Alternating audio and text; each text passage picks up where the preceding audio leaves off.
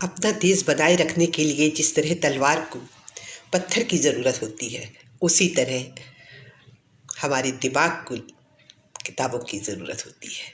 मेरे प्यारे दोस्तों, मैं हूँ doctor Hema Pande, motivation speaker और आप सबकी दोस्त। यदि दिमाग को तेज बनाना है, यदि दिमाग को साफ रखना है, मेमोरी को मजबूत रखना है, जानकारी चाहिए, अभिव्यक्ति की क्षमता बढ़ाना है, तो एकमात्र सहारा किताबें ही हैं। वो किताबें जो हमारे सीनियर्स ने, बड़ों ने, अनुभवी लोगों ने अपने विचारों को, अपने जीवन के अनुभवों को लिपिबद्ध किया है, उन्हें ही पढ़कर हम अपनी जानकारी हासिल कर सकते हैं। जीवन इतना छोटा है कि हम हर चीज़ पर रिसर्च नहीं कर सकते हैं, तो हमारे पास सिर्फ एक ही रास्ता है, किताबें। अगर हम किताबें पढ़ते हैं तो 2 से 3 वर्ष के अंदर अंदर हमारे व्यक्तित्व में गजब का अंतर आता है, निखार आ जाता है। दोस्तों, हमारे जीवन की जो कुछ मूलभूत चीज़ें होती हैं, उनमें किताबों का अहम स्थान है।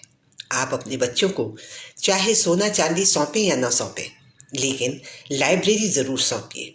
उनके जन्मदिन पर आप हर वर्ष किताबें भेंट कीजिए। वो किताबें जो उन्हें मार्गदर्शन दें, जो उनकी हॉबी के अंतर्गत हों, वो किताबें जो एक कदम आगे बढ़ना सिखाएं। बच्चे की हॉबी से पता चल जाता है कि बच्चे किस तरह की किताबें पढ़ना पसंद करते हैं, तो उन्हें बाध्य न किया जाए, बल्कि उसी से रिलेटेड किताबें उनको दी जाए। फिलहाल सुधा मूर्ति की तमाम किताबें आपके बच्चों के लिए प्रेरणादायक हैं, मार्गदर्शन हैं। ऐसी सारी किताबें आप अपने कलेक्शन में रखिए और बच्चों में सरप्राइज गिफ्ट देते रहिए। 15 मिनट की पढ़ी हुई किताब वर्ष में 90 घंटे होते हैं, जो इंसान जिंदगी भर नहीं पढ़ पाता है। आप चाहे तो 15 मिनट पढ़कर आप भी उसका लाभ उठा सकते हैं। घर का कैलेंडर तो बदल जाता है हर साल, अब की मेरे हालात बदल दे मेरे मौला। कौन सी ऐसी वजह है कि हमारे हालात बदलते ही नहीं हैं? हमारा ज्ञानार्जन नहीं होता है, हमारे व्यक्तित्व में कोई परिवर्तन नहीं आता है। हम हर वर्ष कोई नई लिस्ट तो बनाते हैं कि ज़िंदगी को बदल लेंगे, लेकिन अपनों से ही हार जाते हैं, अपनी आदतों से ही हार जाते हैं। आदतें हम बनाते हैं, लेकिन आदतें हमारा भविष्य बना देती हैं। तो क्यों ना आदतों में सुधार किया जाए। दोस्तों, संकल्प शक्ति दुनिया की मानी हुई शक्ति है। अगर हम चाहें तो संकल्प ले सकते हैं। संकल्प छोटा छोटा, मान लीजिए आज आपने संकल्प किया कि हम फेसबुक नहीं देखेंगे, तो चाहे कुछ भी हो जाए, हम फेसबुक नहीं देखेंगे। अगर आपने ये 24 घंटे कर लिया, तो आपका दिमाग एक नए सिरे से उभर कर सामने आएगा। इसी तरह से आप छोटी छोटी चीज़ें करके आप अपने ऊपर विजय प्राप्त कर सकते हैं। अगर हम कुछ 6 बजे नहीं उठ सकते हैं, 5 बजे नहीं उठ सकते हैं, 4 बजे नहीं उठ सकते हैं, आप 7 बजे उठेंगे, लेकिन नियमित उसी समय उसी टाइम हमें 7 बजे उठना है। अगर आपने ये सोच लिया और कर दिखाया, तो निश्चित तौर पर आपका दिमाग ये समझ जाएगा कि ये मेरी सुनने वाला नहीं है, ये अपनी दिमाग की ही सुनेगा। दोस्तों, ये छोटी छोटी आदतें हमारे जीवन को, हमारे व्यक्तित्व को बदलने लगती हैं।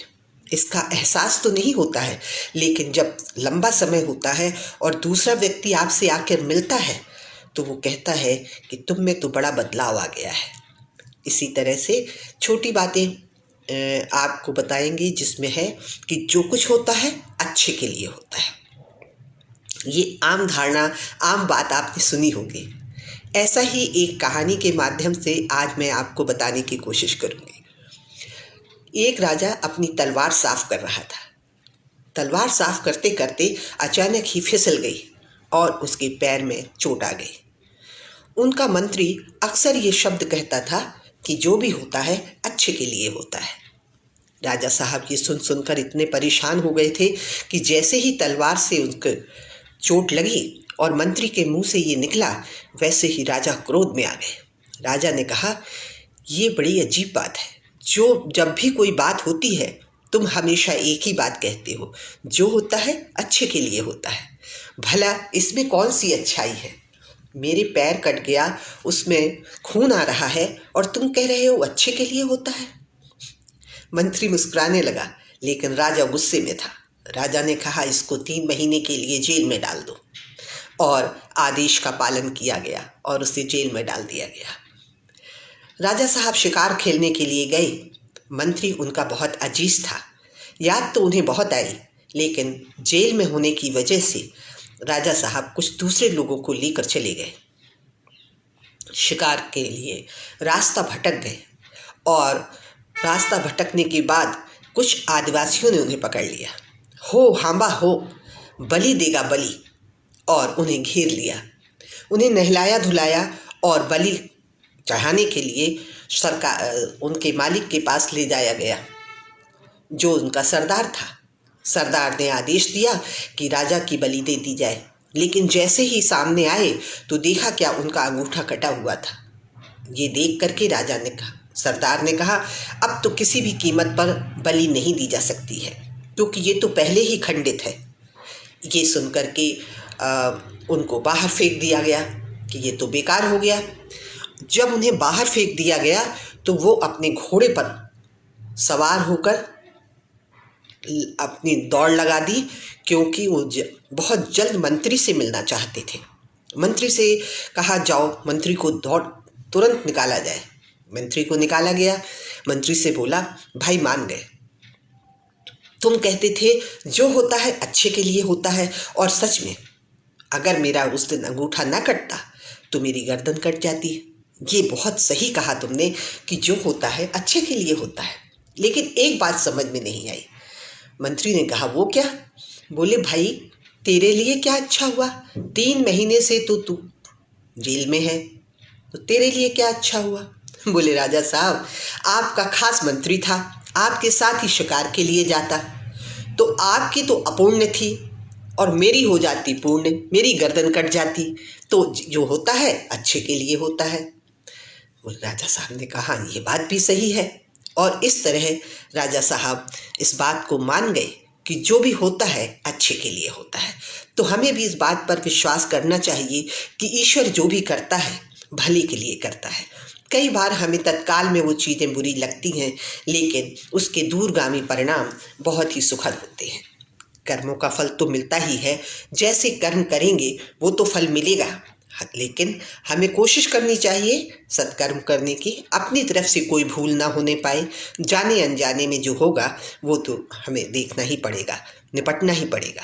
ये हैं छोटी छोटी बातें जो हमारे जीवन पर खासा प्रभाव डालती हैं। इसलिए अगर सुखी रहना है, स्वस्थ रहना है, संपन्न रहना है, तो हमें गलत काम करने से हमेशा बचना चाहिए। कोशिश करना चाहिए कि हम प्रैक्टिकल ज़िंदगी जिएं, दूसरों का बुरा ना करें, अपनी प्रगति के रास्ते हमेशा खुले रखें, कुछ नया सीखते रहें, क्योंकि बुढ़ापा कुछ नहीं होता है। जब हम निष्क्रिय हो जाते हैं तभी अंत की ढलान पर खड़े हो जाते हैं। जब तक हम चलते रहते हैं, कुछ ना कुछ करते रहते हैं, तब तक हम हमेशा सक्रिय रहते हैं और कामयाब होते रहते हैं। आप दौड़िए मत, धीरे धीरे चलिए और आप देखेंगे कि वर्ष के अंत में आप कहाँ से कहाँ पहुँच गए। चाहे वो लेखनी के माध्यम से हो, आपके पद चिन्हों के माध्यम से हो, या किसी के रिश्तों के मामले से हो। थोड़े थोड़े प्रयास करने से हमारे परिणाम अच्छे से निकलते हैं। ऐसी ही एक पेंटर की कहानी जो ये बताती है कि निरंतरता का खासा महत्व होता है।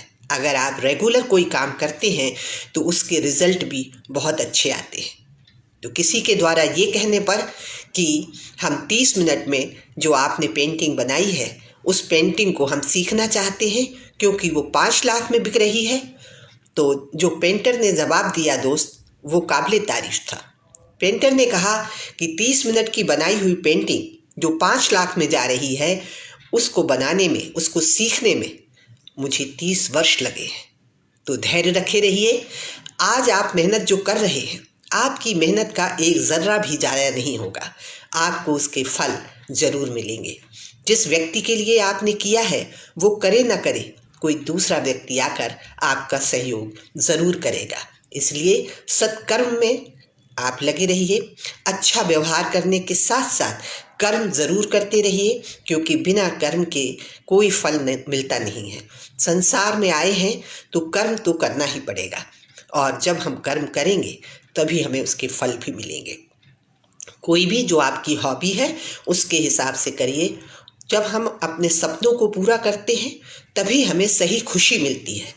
जब हम खुश रहते हैं तभी हम स्वस्थ भी रहते हैं। अपना दैनिक रूटीन बनाइए, अपना एक कोना बनाइए, अपनी एक जगह बनाइए, अपनी हॉबी को जिंदा रखिए। रिश्ते आते जाते रहते हैं, लेकिन अपने आप को सबसे ज़्यादा प्यार करिए ताकि आप स्वस्थ रहें, सुखी रहें, संपन्न रहें। यही भावनाओं के साथ, इन्हीं शुभकामनाओं के साथ विदा लेती हूँ। जय हिंद, जय भारत, नमस्कार।